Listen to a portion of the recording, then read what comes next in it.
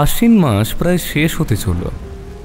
এইবার বৃষ্টিটা যেন অবাধ্য বাচ্চার মতো জেদ করে মাটির বুকে অনবরত ঝরেই চলেছে। দুর্গাপুজো শেষ হয়েছে বেশ অনেক দিন হলো। 2 দিন আগে লক্ষ্মী পুজোর কাজ করতে করতে রমা অমিতকে বলছিল, দুর্গাপুজোটা কি তাড়াতাড়ি শেষ হয়ে গেল বলো? বাঙালিদের এই একটাই তো উৎসব যখন তারা মন খুলে আনন্দ করতে পারে। দিনগুলো এত তাড়াতাড়ি না শেষ হলেই ভালো হতো। রমার কথায় অমিত বুঝতে পারে রমার মন ভালো নেই। তাই সে উত্তরে বলে, দুর্গাপুজো শেষ হয়েছে তাতে কি হয়েছে? এখনো তো কালী পুজো আছে, আমরা তখনও অনেক মজা করব। রমা হঠাৎই কেমন যেন বাচ্চাদের মতো হয়ে গেছে। রমার মতো এমন প্রাণোচ্ছল ছটপটে মেয়েটা কেমন যেন শামুকের খোলের মতো গুটিয়ে গেছে। অমিত রমাকে নিজের চোখে হারায়। তাই অমিতের এইভাবে রমাকে দেখতে ভীষণ কষ্ট হয়। দিনটা রবিবার, অমিতের কাজের ছুটি আছে। গতকাল মাঝরাত থেকেই শুরু হয়েছে অঝোরে বৃষ্টি। ছোটবেলা থেকেই বৃষ্টি দেখতে ভীষণ ভালোবাসে রমা। তবে এই ইদানিং সে বৃষ্টি দেখতে ভয় পায়। নিজের আর অমিত 2 জনের জন্য চার জলখাবার নিয়ে ঘরে আসে রমা। স্বামীকে খাবারের থালাটা এগিয়ে দেয় সে, কিন্তু নিজে সেটা না খেয়ে শুধুই জানলার বাইরে থেকে বৃষ্টি দেখে যায়। বর্ষা রমার ভারী পছন্দের ঋতু। তবে এখন আর তার মুখে হাসি ফোটে না বৃষ্টি দেখলে, বরং তার জায়গায় মনের ভেতর সৃষ্টি হয় এক আতঙ্কের। মুখ তার ছোট হয়ে আসে, চোখ ভর্তি হয়ে যায় জলে।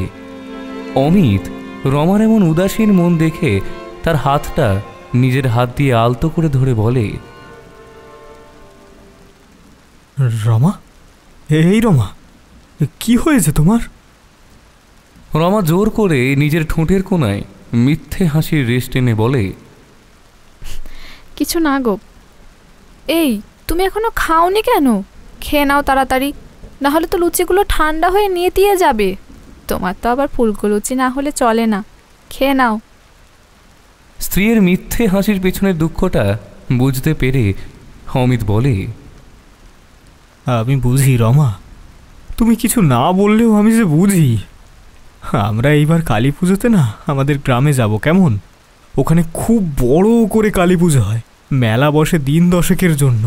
দেখবে তোমার মনটা না বেশ ভালো হয়ে যাবে। আর তো 1.5 সপ্তাহ পরেই কালী পুজো। তুমি ধীরে ধীরে ব্যাগপত্র গুছিয়ে নিও, কেমন? রমা, এখন পুজোর সময়, বুঝলে? মন খারাপ করে থেকো না লক্ষ্মীটি। অমিতের কথা শুনে রমা কোনো উত্তর না দিয়ে হ্যাঁ মাচক ইঙ্গিতে মাথা নাড়ল শুধু। তারপর নিজের খাওয়া শেষ করে ঘর থেকে বেরিয়ে যায় সে। অমিত সান্যাল। বছর 7 ধরে অমিত তার গ্রাম পদ্মপুকুর থেকে দূরে শহরে আসে কাজের সন্ধানে। মাস 3 মধ্যেই সে কাজ পেয়ে যায় শহরের এক বড় ছাপা কারখানায়। অমিতের রমার সাথে বিয়ে হয়েছে 4 বছর আগে। বিয়ের পর একবার সে তার গ্রামের বাড়িতে নিয়ে গিয়েছিল রমাকে। তারপর আর কখনো যাওয়া হয়নি। বর্তমানে অমিত আর তার স্ত্রী রমা একজন মহাজনের বাড়িতে মাসিক ভাড়ায় থাকে। তাদের একটা ছোট্ট ফুটফুটে মেয়ে আছে, বয়স ওই 2 বছর 3 মাস। নাম মৃণালিনী, ওরফে মিনি। সম্প্রতি 1 বছর আগে রমার বাবা মা অর্থাৎ অমিতের শ্বশুরমশাই আর শাশুড়ি মা এমনই এক বৃষ্টির দিনে বিদ্যুৎপৃষ্ট হয়ে মারা গিয়েছিলেন। তখন তারা অমিতের ভাড়া বাড়িতেই যাচ্ছিলেন, আর পথেই ঘটেই দুর্ঘটনা। এই ঘটনায় রমা এতটাই আঘাত পেয়েছিল যে তারপর থেকেই রমা বৃষ্টি দেখলে এমনই উদাসীনভাবে তাকিয়ে থাকে বৃষ্টির দিকে। কখনো কাঁদে, আবার কখনো নিষ্পলক শীতল দৃষ্টিতে চেয়ে থাকে বৃষ্টির দিকে, যে বৃষ্টি তার কাছ থেকে তার বাবা মাকে কেড়ে নিয়েছিল। দেখতে দেখতে দিনগুলো কেমনভাবে কেটে গেল তা বুঝতেই পারল না অমিত। দিন 10 পর কারখানার কাজ বেশ কিছুটা অগ্রিম সেরে রেখে তারা রওনা দেয় পদ্মপুকুর গ্রামের উদ্দেশ্যে। দীর্ঘ 6 ঘন্টা ট্রেনে থাকার পর যখন অমিত আর রমা পদ্মপুকুর গ্রামে স্টেশনে পৌঁছায়, তখন সেখানে মুষলধারে বৃষ্টি হয়ে চলেছে।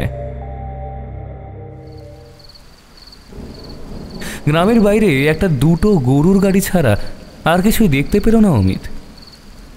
অমিত রমাকে কিছু একটা বলতেই যাবে, এমন সময় সে দেখল রমা বাইরের বৃষ্টির দিকে তাকিয়ে ভয়ে থরথর করে কাঁপছে। বৃষ্টির জলের ঝাপটা তার গায়ে এসে লেগে তার শাড়ি ভিজিয়ে দিচ্ছে। মুখ তার কালো হয়ে গেছে। অমিত আরও দেখল রমা অমিতকে কিছু একটা বলার চেষ্টা করছে। ঠোঁট দুটো তার নড়ছে, কিন্তু গলা দিয়ে তার কোনো আওয়াজ বেরোচ্ছে না। কার্তিক মাসে অল্প হলেও সন্ধ্যার পর আবহাওয়া ঠান্ডা হয়ে পড়ে, আর এখন তো বৃষ্টির জন্য বেশ ঠান্ডা হাওয়া গায়ে এসে লেগে মাঝে মাঝে গায়ে কাঁটা দিয়ে উঠছে। এমন আবহাওয়াতেও রমার কপালে বিন্দু বিন্দু ঘাম জমেছে। তার কানের পাশ দিয়ে ঘাম বেয়ে গলায় নামছে। অমিত তড়িঘড়ি তাদের ছোট্ট মেয়ে মিনিকে রমার কোল থেকে নিজের কাছে নিয়ে নিল, আর রমার বাম হাতটা নিজের হাত দিয়ে শক্ত করে ধরে বলে, রমা, শক্ত হও রমা, সব ঠিক আছে আর সব ঠিক থাকবে। মা কালীর ওপর একটু ভরসা রাখো, দেখবে কিচ্ছু ক্ষতি হবে না আমাদের। অমিত তার দিক থেকে যতটা সম্ভব বলে রমাকে শান্ত করার চেষ্টা করে, কিন্তু অমিত জানে রমা শান্ত হবে না, কারণ সে যেমন ভূত বিশ্বাস করে না, ঠিক তেমনই ভগবানও মানে না। সে কখনোই দেবদেবীর ওপর বিশ্বাস করতে পারে না। রমা সেই একইভাবে কাঁপতে থাকে। অমিত তার 2 বছরের মেয়ে মিনির মাথায় নিজের পকেট থেকে একটা রুমাল বের করে সেটা দিয়ে চেপে তাকে কোলে নিয়েই ছুটে গেল গরুর গাড়ির গাড়োয়ানের কাছে। গাড়োয়ানের সাথে খুব তাড়াতাড়ি কথা সেরে অমিত তাকে বলে, বলছি আপনি আমার এই মালপত্রগুলো একটু কষ্ট করে আমার গাড়িতে তুলে দিতে পারবেন? আসলে আমার স্ত্রীর না শরীরটা খুবই খারাপ, আর দেখছেন তো আমার কাছে ছোট বাচ্চা আছে, একটু তুলে দিন না দাদা। হ্যাঁ বাবু, এখনই নিয়ে আইতেছি, আপনি চলেন। গাড়োয়ান এই বলে নিজের গাড়ির পেছন দিকটা স্টেশনের সামনে দাঁড় করিয়ে অমিত আর রমার সমস্ত ব্যাগ গাড়িতে তুলে নিল। অমিত মিনিকে গাড়ির মধ্যে বসিয়ে রমার হাত ধরে তাকে আস্তে আস্তে গাড়িতে তুলে বসিয়ে দেয়। তখনও রমার শারীরিক কম্পন বন্ধ হয়নি। সব শেষে অমিত গাড়িতে উঠে গাড়োয়ানকে বলে, গাড়োয়ান দাদা একটু চলুন না। আগে বাবু। এই বলে সে গাড়ি চালানো শুরু করলো। এই বৃষ্টির মধ্যে যাওয়ার জন্য গাড়োয়ান ভাড়া বেশি চাইলেও মানুষটার কথাবার্তা বেশ ভালো। অমিত পুরো রাস্তা মিনিকে নিজের কোলে শুয়ে রেখে গাড়োয়ানের সাথে গল্প করতে করতে বাড়ি ফেরে। স্টেশন থেকে বাড়ির পথ 15 মিনিটের থেকে বেশি নয়, কিন্তু এই বৃষ্টি বাদলের সময় গ্রামের কাঁচা পথঘাট কর্দমাক্ত হওয়ায় সেই সময়টাই বেড়ে গেল অনেকটা। বাড়ি পৌঁছাতে তাদের সময় লাগলো প্রায় 40 মিনিট। গরুর গাড়ি বাড়ির সামনে যেতেই অমিতের বাবা মা বাড়ি থেকে বেরিয়ে আসে তাদের জন্য। অমিত বাড়ি আসার আগে ডাকে চিঠি পাঠিয়ে আগেই জানিয়ে দিয়েছিল তাদের আসার ব্যাপারে। অমিতের মা অমিতের কোল থেকে মিনিকে নিয়ে নেয়, আর তার বাবা ব্যাগগুলো নিয়ে যায়। অমিত রমাকে ধরে ধরে বাড়ির ভিতরে নিয়ে আসে। তখন রমা আগের থেকে কিছুটা প্রকৃতিস্থ হয়েছে।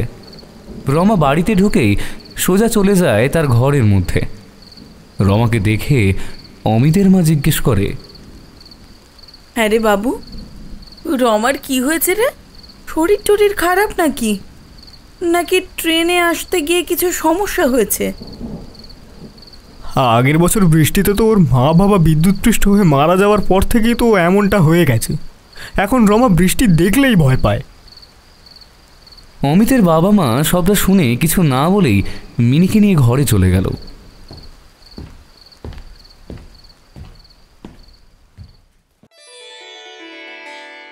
রাত কাটে। দিন 2 পর কালী পুজো হবে এই পদ্মপুকুর গ্রামে। গতকালে প্রচণ্ড বৃষ্টির পর আজ ভোর থেকে সূর্যদেব গ্রামবাসীদের দেখা দিয়ে চারিদিক ঝলমলে করে দিয়েছে। অমিত অনেকগুলো বছর পর আবার নিজের গ্রামের পুজো দেখতে পারবে ভেবেই ভীষণ খুশি ছিল। সারা গ্রাম তখন পুজোর জোগাড় করতে ব্যস্ত। অমিত রমাকে নিয়ে সকাল সকাল গ্রাম দেখাতে নিয়ে যায়। বাড়ির থেকে বেরিয়ে অমিত রমাকে বলতে থাকে তাদের গ্রামের ব্যাপারে।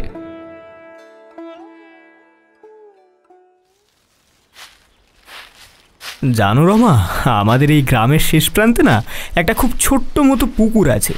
সেখানে অনেক পদ্ম সব সময় ফুটে থাকে, আর সেই জন্যই তো ওই পুকুরকে পদ্ম পুকুর বলা হয়। আর ওই পদ্ম পুকুরের নাম অনুসারেই হয়ে গেল আমাদের গ্রামের নাম পদ্ম পুকুর। আর এই গ্রামের মা কালী শ্যামা কালী রূপে পূজিত হন না, তিনি পূজিত হন রক্ষা কালী রূপে। দেবী বড়ই জাগ্রত। আসলে এই পুজো রাজবাড়ির নিজস্ব পুজোই ছিল, কিন্তু ওই বছর 50 আগে না এই রাজা অর্থাৎ রাজা দেবপ্রতাপ বর্মন উনি ঠিক করেন যে তার বাড়ির পুজো হবে এই গ্রামের বুকে, তার গ্রামবাসীর মাঝে। কারণ তিনি মনে করতেন ভগবান তো সবার। তিনি গ্রামের মাঝ বরাবর একটা মন্দির স্থাপিত করে তাতে মা কালীর মূর্তি প্রতিষ্ঠা করেন। সে মূর্তি পুজোর দিন মন্দিরে এনে তাতে প্রাণ প্রতিষ্ঠা করে পুজো হয়। রীতি অনুযায়ী সেই মূর্তি সারা বছর পূজিত হয়, আর কালী পুজোর আগের দিন সেই প্রতিমাকে বিসর্জন দিয়ে দেওয়া হয়। রাজা দেববর্মনের মতে মানুষের মধ্যেই তো ভগবান বাস করে, আর তখন থেকেই শুরু হয়ে যায় এই পুজো। তবে এখনও ওই পুজোর বেশিরভাগ খরচটাই না আসে রাজবাড়ি থেকেই। অমিতের কথা শুনে রমা বলে, এই আমাকে ওই পদ্ম পুকুরটা দেখতে নিয়ে চলো না গো, খুব দেখতে ইচ্ছা হচ্ছে। অমিত রমাকে বড্ড ভালোবাসে। সে সব সময় রমার ইচ্ছে পূরণ করার চেষ্টা করে।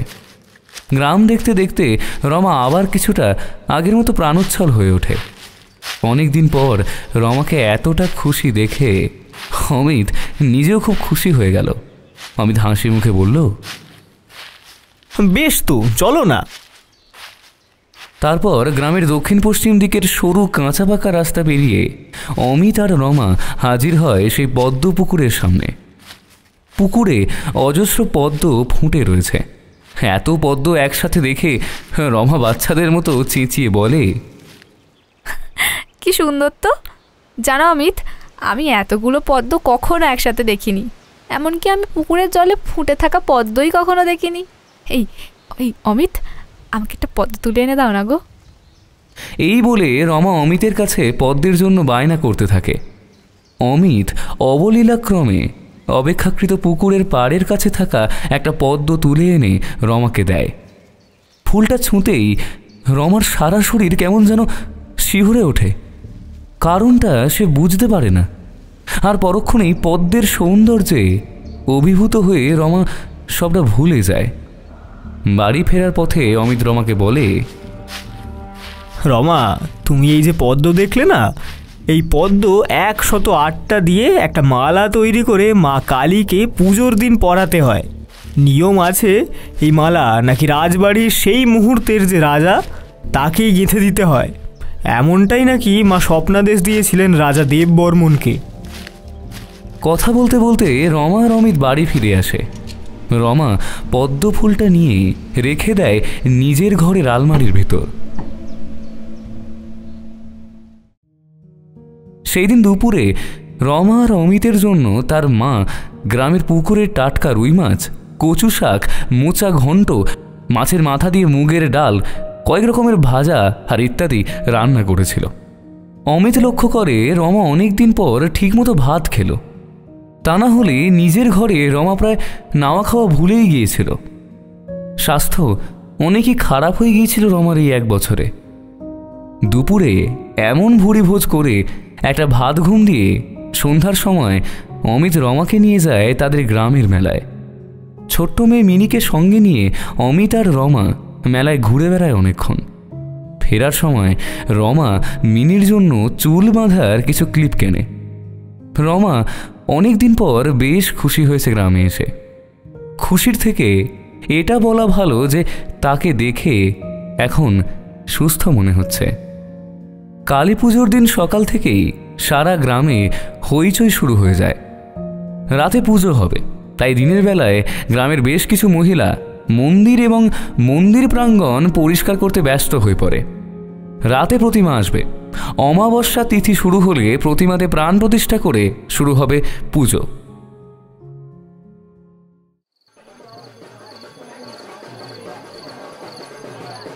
সন্ধেবেলায় ঢাকের আওয়াজের সাথে মন্দিরে আসে মা কালীর মূর্তি। পুরোহিত দেবী মূর্তির প্রাণ প্রতিষ্ঠার প্রক্রিয়া শুরু করেন।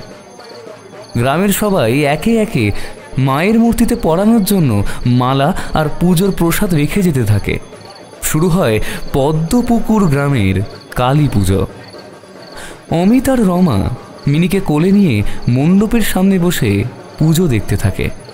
রমা হঠাৎ অমিতকে জিজ্ঞেস করে,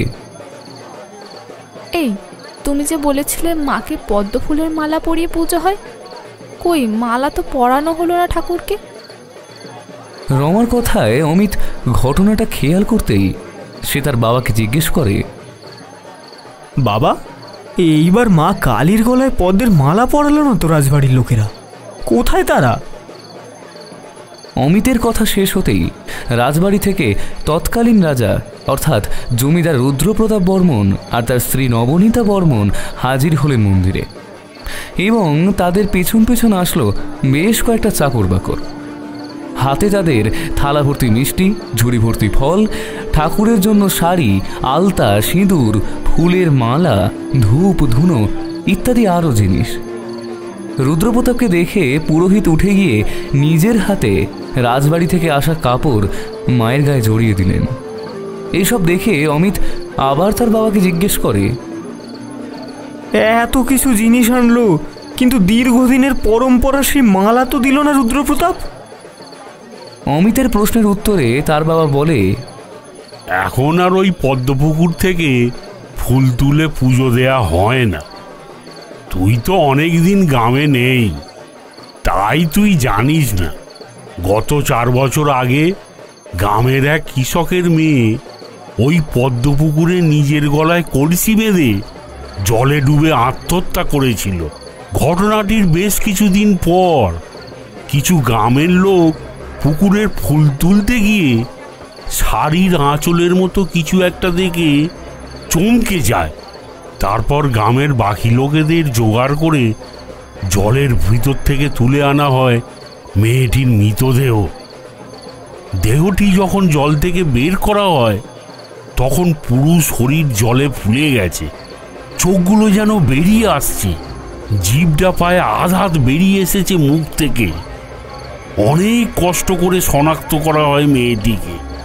তারপর থেকে আর ওই পুকুরের ফুল পুজোর জন্য ব্যবহার করা হয় না। বাবার কথা শুনে অমিত হতবাক হয়ে রইল। সে আবার পাল্টা প্রশ্ন করে, তাই নাকি? কিন্তু সে আত্মহত্যা কেন করলো কিছু জানো? না, সেসব জানি না রে। অমিত সবটা শুনে চুপ করে রইল কিছুক্ষণ। তারপর রমাকে বলে পুরো ঘটনাটা। সব শুনে রমা স্তম্ভিত হলো বটে, কিন্তু তার মনে কেমন যেন ভয় লাগতে থাকে। আর মাঝে মাঝে মনে পড়তে থাকে সকালে আনা সেই পদ্ম ফুলটার কথা। কিন্তু রমা না ভূত প্রেতে বিশ্বাসী আর না ঈশ্বরে। রমা এক প্রকার জোর করেই নিজের মন থেকে সেই সব চিন্তাভাবনা ঝেড়ে ফেলে পুজো দেখতে থাকে। পুজো শেষ হলে সবাই প্রসাদ নিয়ে নিজের নিজের বাড়ি ফিরে যায়। অমিত ও তার পরিবার সহ বাড়ি ফিরে আসে।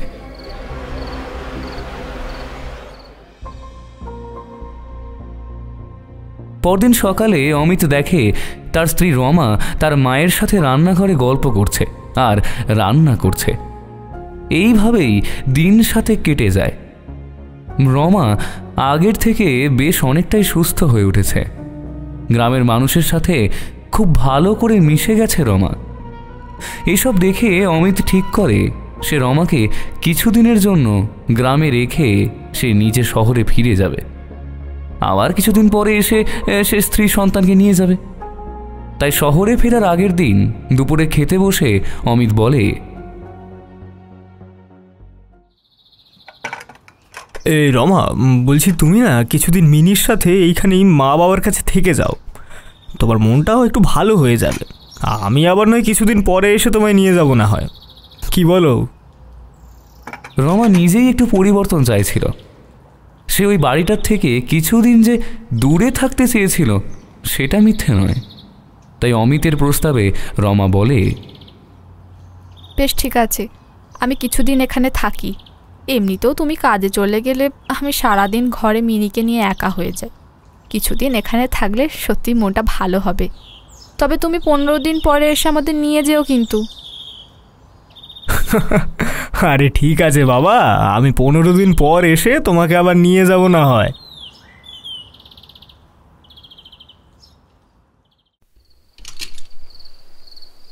রাতে রমা অমিতের ব্যাগ গুছিয়ে দেওয়ার জন্য যখন আলমারি খুলেছে তখন তার নাকে একটা তীব্র পচা গন্ধ এসে মাথার ভেতরের খুলি পর্যন্ত কাঁপিয়ে দিল।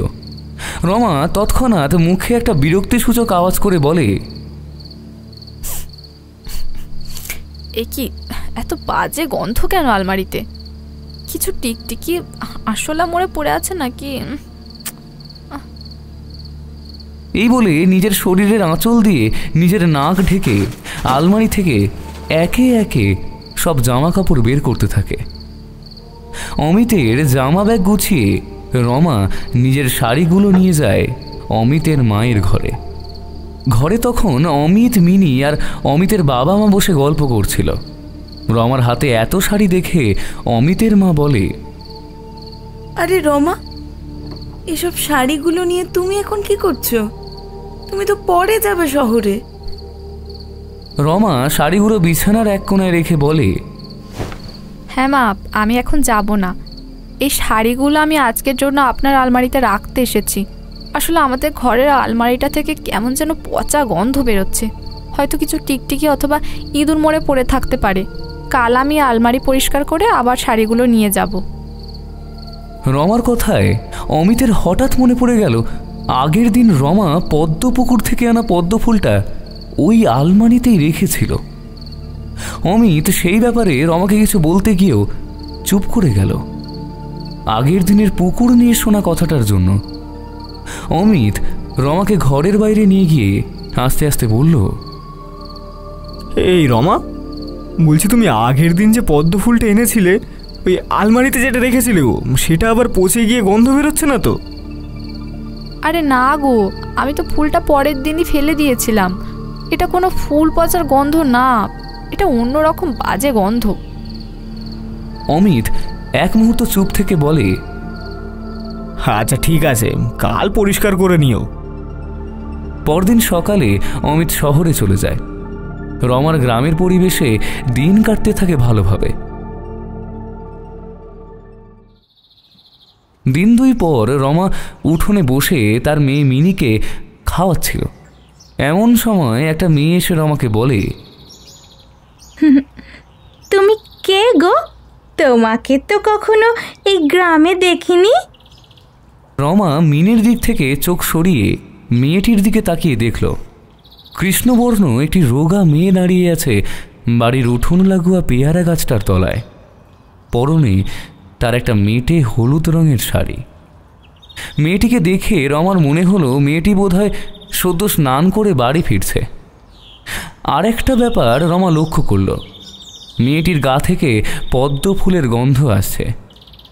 রমা হাসি মুখে মেয়েটিকে বলে, হ্যাঁ গো, আমি এই গ্রামে থাকি না, আমি থাকি শহরে। এইবার গ্রামের পুজো দেখতে এসেছি আমি। রমা কথা ছেড়ে আবার মিনিকে খাওয়াতে ব্যস্ত হয়ে গেল। ইতিমধ্যে রমার শাশুড়ি কখন এসে রমার পেছনে দাঁড়িয়েছে সেটা রমা খেয়ালই করেনি। রমার শাশুড়ি বলে, রমা, তুমি কার সঙ্গে কথা বলছো? রমা উঠোনের পেয়ারা গাছটার দিকে আঙুল তুলে কিছু একটা বলতেই যাবে, এমন সময় সে দেখল গাছের তলায় আর কেউ নেই। রমা ভাবল মেয়েটি হয়তো বাড়ি চলে গেছে, তাই সে তার শাশুড়িকে বলে, ওই একটা মেয়ে এসেছিল, আমায় নতুন দেখে জিজ্ঞাসা করছিল আমি গ্রামের কিনা।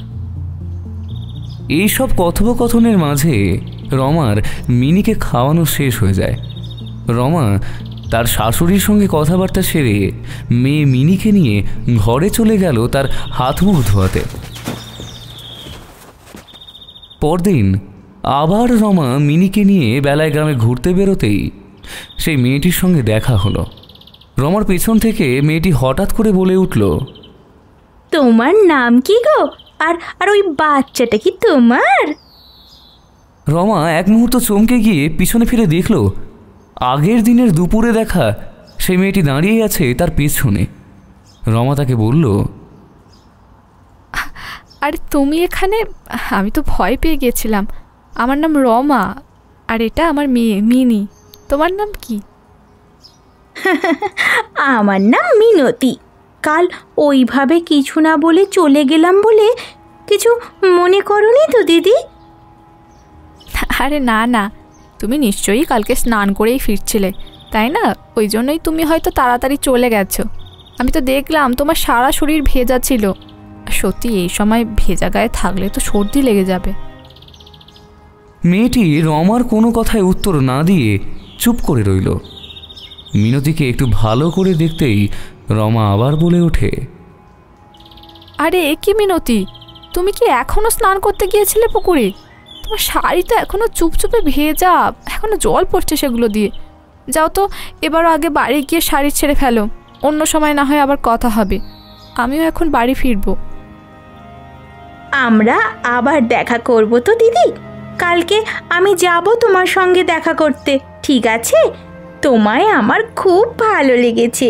আর আর তোমার ওই মেয়েটা ভারী মিষ্টি। তবে তুমি কিন্তু বাড়ির কাউকে বলো না যে আমি তোমার সঙ্গে দেখা করতে যাচ্ছি। কেন না বলবার কি আছে?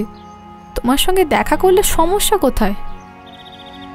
মিনতি রমার দিকে কিছুটা এগিয়ে এসে তারপর আস্তে আস্তে বলে, না দিদি, আসলে আমরা তো নিচু জাত, তাই এই গ্রামের অনেকেই আমাদের সঙ্গে কথা বলে না।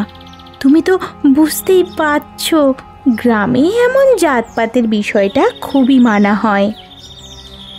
রমা কিছুক্ষণ চুপ করে থেকে তারপর বলে, বেশ, ঠিক আছে, তুমি এসো, আমি কাউকে কিচ্ছু বলবো না। পরদিন আবার রমা যখন তার মেয়েকে নিয়ে উঠোনে বসে খেলা করছে, তখন মিনতি যায় রমার কাছে দেখা করতে।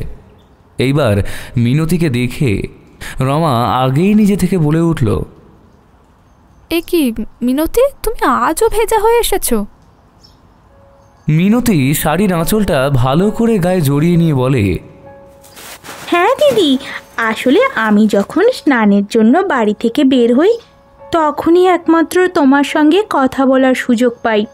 তাছাড়া অন্য সময় আমি খুব একটা বাড়ির বাইরে বের হই না তো, তাই। মিনতির কথা শুনে রমার বড্ড খারাপ লাগে। সে মনে মনে ভাবে, এমন জাতপাত নিয়ে কেন যে মানুষ মানুষকে নিজেদের থেকে দূরে রাখে সেটা সে কোনোভাবেই বুঝতে পারে না। রমা মিনতিকে বলে, আচ্ছা ঠিক আছে, এসো বসো আমার পাশে। এই বলে রমা মিনতিকে তাদের বাগানের কিছু ফল দিয়ে দেয় আর বলে, এই নাও আমাদের বাড়ির গাছের ফল, এগুলো নিয়ে খাও তুমি। ফলগুলো এগিয়ে দিতে মিনতি কেমন যেন একটু দূরে সরে গিয়ে বলল, না না দিদি, এসব আমি নিতে পারবো না। বাড়িতে জানতে পারলে খুব সমস্যা হবে। আচ্ছা তাহলে এখন খাও, এই নাও। না দিদি, এখন তো স্নান করে ফিরছি, স্নান করেই তো ফল খাবো গো। তুমি এসব রেখে দাও, বরং তোমার মেয়েকে আমায় দাও। ইয়ে মানে আমি ওর সাথে একটু খেলেই চলে যাব। রমার মিনতির ওপর অনেক দয়া হলো। সে কিছু না বলেই মিনিকে এগিয়ে দিল মিনতির দিকে। মিনতি বেশ কিছু সময় মিনির সাথে খেলে চলে গেল। রমা ঠিক করলো পরদিন যখন মিনতি আসবে তখন রমা তার দুটো শাড়ি মিনতিকে দেবে। বেচারা রোজ একটাই শাড়ি পরে আসে। পরদিন মিনতি আসতেই রমা তাকে বলে, মিনতি, আজ তোমায় একটা জিনিস দেব, সেটা কিন্তু না বলো না। আমি তোমার দিদি হিসাবে দিচ্ছি, বুঝলে? মিনতি চুপ করে দাঁড়িয়ে রইল। রমা মিনিকে মিনতির কাছে রেখে চলে গেল ঘরের ভেতর। মিনিট 5 মধ্যেই সে একটা বড় থলে নিয়ে এসে মিনতির হাতে সেটা দিয়ে বলে, এই নাও। মিনতি থলেটা খুলে দেখে তাতে দুটো ভালো শাড়ি আছে। মিনতি সেই দিন আর না করল না, হাসি মুখে সেটা নিয়ে চলে গেল। রমার মনটা বেশ হালকা লাগছিল। রমা খুশি হয়েছিল মিনতিকে শাড়ি দুটো দিয়ে। রমা অনুভব করেছিল মিনতির মুখের হাসি থাকলেও তার ওই চোখে অনেক কষ্ট রয়েছে। এইভাবেই কেটে যায় প্রায় 7-8 দিন। একদিন দুপুরে মিনি ঘুমিয়ে থাকায় রমা একাই বসেছিল উঠোনে। রমা অপেক্ষা করছিল মিনতির। এই কয়েকটা দিনেই রমার সাথে মিনতির খুব ভালো সম্পর্ক গড়ে ওঠে। রমা মনে মনে মিনতিকে নিজের বোনের মতো ভালোবেসে ফেলে। সেই দিন মিনতি আসার পর রমা তাকে জিজ্ঞেস করে, এই মিনতি, আমি যে তোমায় শাড়িটা দিলাম সেটা পরলে না তো? এবার তো আমি চলে যাব কিছুদিন পর, তখন তার দেখতেই পারবো না তোমার শাড়িগুলোতে কেমন লাগছে। আর মিনিও তো দেখবে না কি তার মাসিকে কেমন লাগছে। সত্যি গো, এখান থেকে চলে যাওয়ার পর তোমার কথা খুব মনে পড়বে। সেই দিন প্রথমবার রমার মিনতিকে দেখে ভয় লাগলো। রমার কথা শুনে মিনতির চোখ দুটো ধক করে আগুনের ভাঁটার মতো জ্বলে উঠল। মুখ বিকৃত করে বলল, কেউ কোথাও যেতে পারবে না, কেউ কোথাও যেতে পারবে না, মিনি কোথাও যাবে না, ও আমার কাছে আমার সাথেই থাকবে। 2 দিন পর একাদশী, ওই দিন আমি আসবো মিনিকে নিতে, ওই দিন আমি আসবো।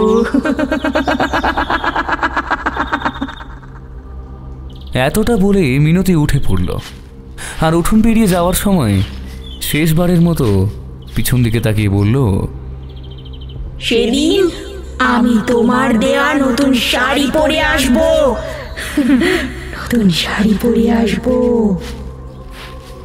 মিনতি চলে গেল। তবে মিনতির বলা কথাগুলো যেন রমার কানে বাজতে থাকে অনবরত। কথাগুলো বলার সময় মিনতির গলার আওয়াজ শুনে রমার সারা শরীর ঠান্ডা হয়ে যায়। তার মনে আবার সেই নিজের প্রিয় মানুষকে হারিয়ে ফেলার আতঙ্ক ছড়িয়ে পড়তে থাকে বিষের মতো। রমা তড়িঘড়ি ঘরে গিয়ে দরজা আটকে দেয়। রমার দিন কাটতে থাকে ভয়ে ভয়ে। একাদশীর দিন রমা তার শাশুড়ির কাছে গিয়ে সবটা বলে দেয়। কিভাবে মিনতির সাথে দেখা হয়, সে রোজ এসে মিনির সাথে খেলে, আর শেষ দিন মিনিকে নিয়ে যাওয়ার ভয় দেখিয়ে দিয়ে যায়। অমিতের মা সবটা শুনে অবাক হয়ে যায়। তিনি বলেন, তুমি যা বলছো তা তো হতেই পারে না, কারণ আমাদের গ্রামে এমন কেউ নেই যাদের সাথে জাতপাত বিচার করে কথা বলা হয় না। আর যেই রকম শারীরিক বর্ণনা তুমি দিচ্ছ, সেই রকম কোনো মেয়ে এই গ্রামে থাকে বলে তো আমার মনেই পড়ছে না। সে যাই হোক, তুমি আজ ঘর থেকে বেরোবে না, মিনিকে নিয়ে কিন্তু ঘরেই থাকবে, কেমন? রমা শাশুড়ির কথা মতো ঘরে গিয়ে দরজা বন্ধ করে দিল। রাত তখন প্রায় 11:30। রমা মিনিকে খাইয়ে সদ্য নিজে খেতে বসেছে। এমন সময় তার নাকে একটা গন্ধ এলো। কিসের গন্ধ তা একটু মনে করার চেষ্টা করতেই রমার মনে পড়ল গন্ধটা পদ্ম ফুলের। গন্ধটা চিনতে পেরেই রমা ভাতের থালা ফেলে দাঁড়িয়ে পড়ল। অমিতের মা রমাকে জিজ্ঞেস করল, কি হলো রমা, দাঁড়িয়ে পড়লে কেন? রমার সারা শরীর দরদর করে কাঁপছে। কপাল বেয়ে ঘাম নেমে আসছে গলার দিকে। তার গলার আওয়াজ বন্ধ হয়ে আসছে। কোনো মতে অস্পষ্ট স্বরে রমা বলল, এসেছে, ও এসেছে, আমার মিনিকে নিতে এসেছে, আমার মিনিকে নিতে ও এসেছে। এই বলে রমা যে ঘরে মিনিকে ঘুম পাড়িয়ে এসেছিল সেই ঘরের দিকে ছুটে গেল এবং পিছন পিছন অমিতের বাবা মাও গেল। রমা ঘরে ঢুকতেই যা দেখল তাতে তার শিরদাঁড়া বেয়ে রক্তের হিম শীতল স্রোত বয়ে গেল। রমা দেখল মিনিকে কোলে নিয়ে মিনতি হাওয়ায় উঠছে, পরনে তার রমহারা দেওয়া লাল শাড়ি। রমা কিছু বলার আগেই মিনতি বলল, আমি আমি এসে গেছি মিনিকে নিয়ে যাওয়ার জন্য। আমি এসে গেছি, এবার আমি ওকে নিয়ে যাব। মিনি মিনি আমার, মিনি আমার, মিনি আমার। মিনতির কথায় রমা তার দেহের সব শক্তি একত্রিত করে বলে, দরজা তো বন্ধ, তাহলে তুমি ঘরের ভিতরে এলে কেমন করে? মিনতি রমার কথার কোনো উত্তর না দিয়ে জানলার ফাঁক দিয়ে সরীসৃপের মতো করে বেরিয়ে চলে গেল। রমা এই দৃশ্য দেখে ধূপ করে মাটিতে পড়ে গেল। মিনিট 15 পর চোখে মুখে জল দেওয়ায় রমার জ্ঞান ফেরে। চোখ খুলে রমা মিনিকে দেখতে না পেয়েই সোজা বেরিয়ে যায় বাড়ি থেকে।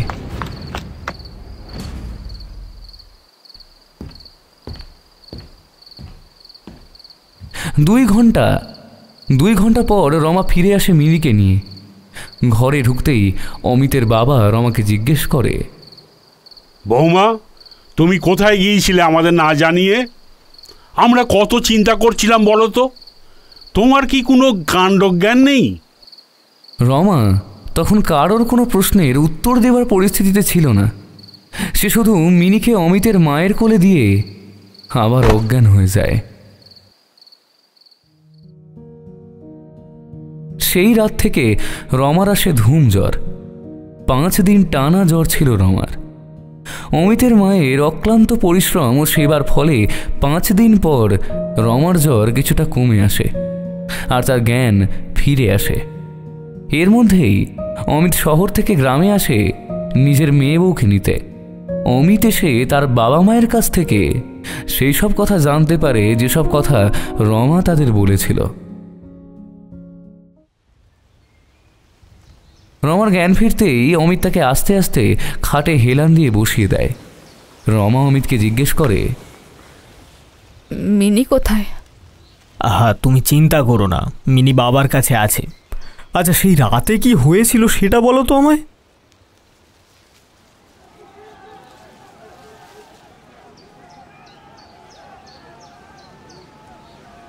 অমিতের প্রশ্নের উত্তরে রমা কিছু বলতেই যাবে এমন সময় বাইরে খুব চেঁচামেচি শুনে অমিত এবং তার বাবা মা বেরিয়ে আসে বাড়ির বাইরে।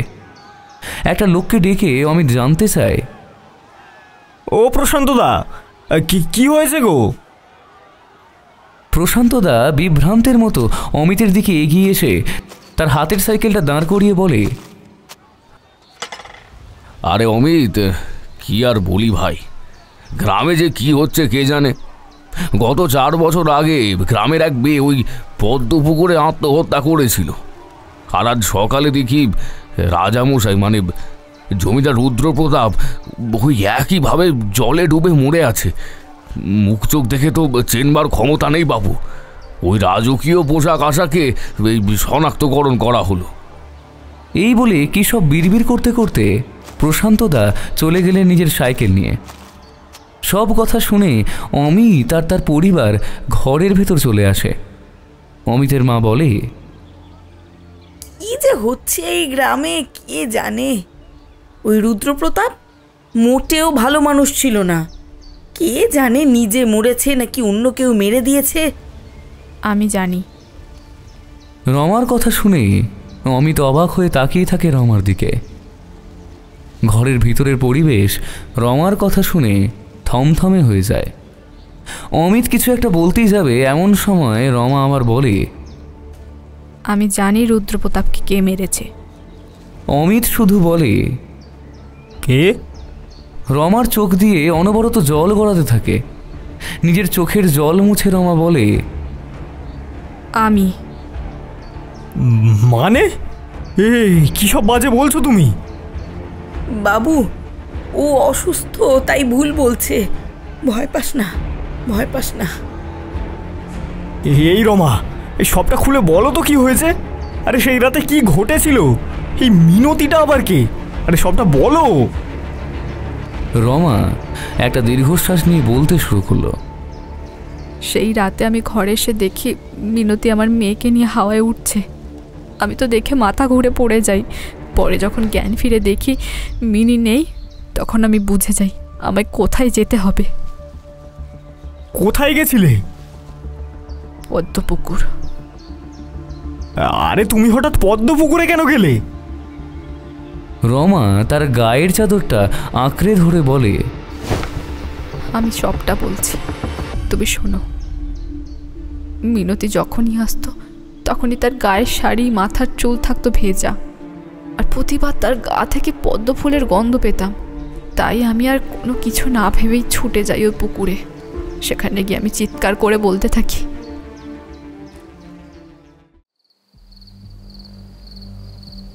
মিনতি তুমি কে? কেন আমার মিনিকে নিয়ে এসেছো? আমার মেয়েকে দয়া করে ফিরিয়ে দাও। আমি তোমার কি ক্ষতি করেছি বলো? তুমি আমার মেয়েকে ফিরিয়ে দাও।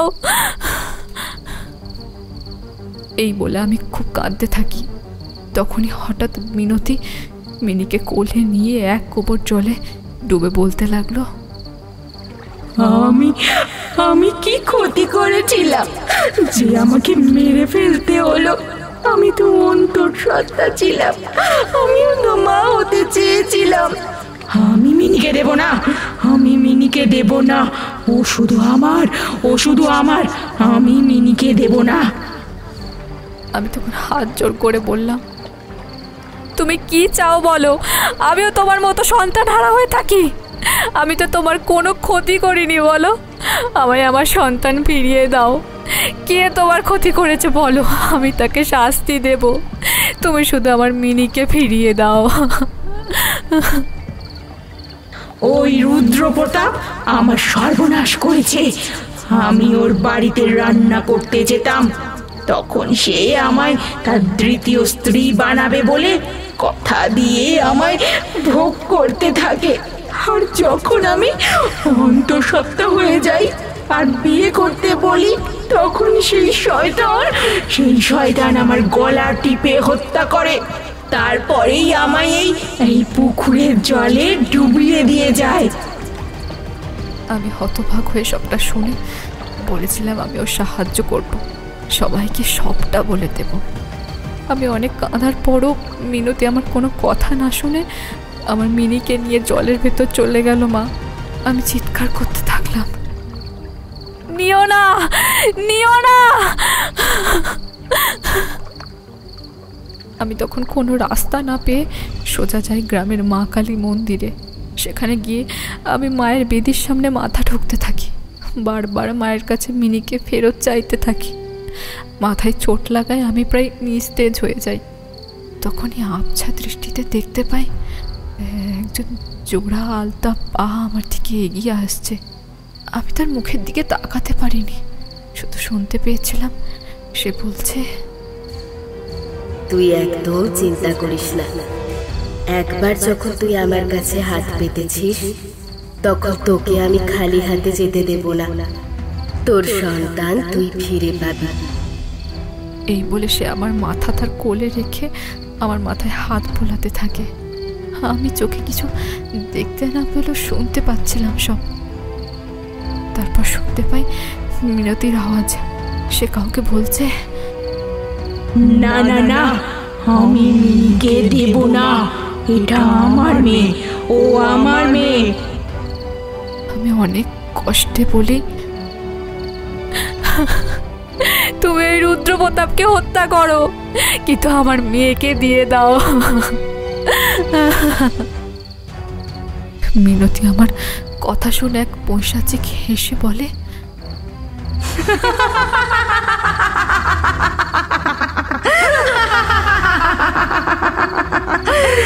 সেটা সম্ভব হলে তো আমি কবেই ওকে মেরে ফেলতাম।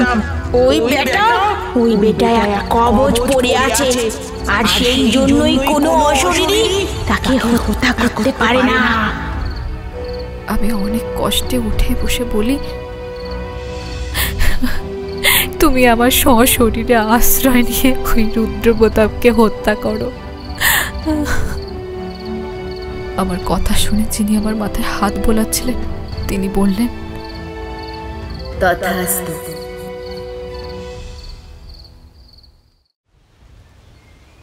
তারপর আমি আর কিচ্ছু জানি না।